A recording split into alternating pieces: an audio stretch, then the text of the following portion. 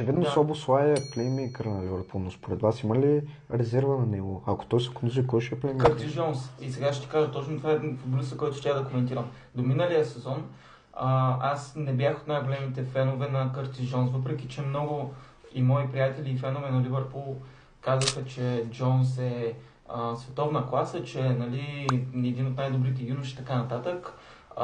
Това се появи според мен сега. Защото може би и това е откритие на Слот. Аз преди го мислих просто за един пумпал, защото той взима топката и почва да се...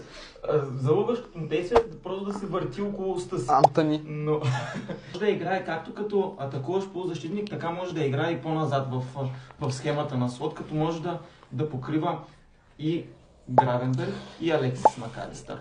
И наистина... Но не може да е дефанзивен полузащитник. Не е типичен дефанзивен полузащитник. Не е типичен плеймейкър. Не е типичен плеймейкър, но може да прави и двете неща. Може да играе както напред, така и назад. Да, не е един от най-бързите играчи, да, няма най-добрия удар, но пък за сметка на това има много добра визия, има много добър контрол над топката. Също така и той открива много пространства, може да борави с гръб към вратата и повтарям се сигурно за 1000 път, също е много полезен.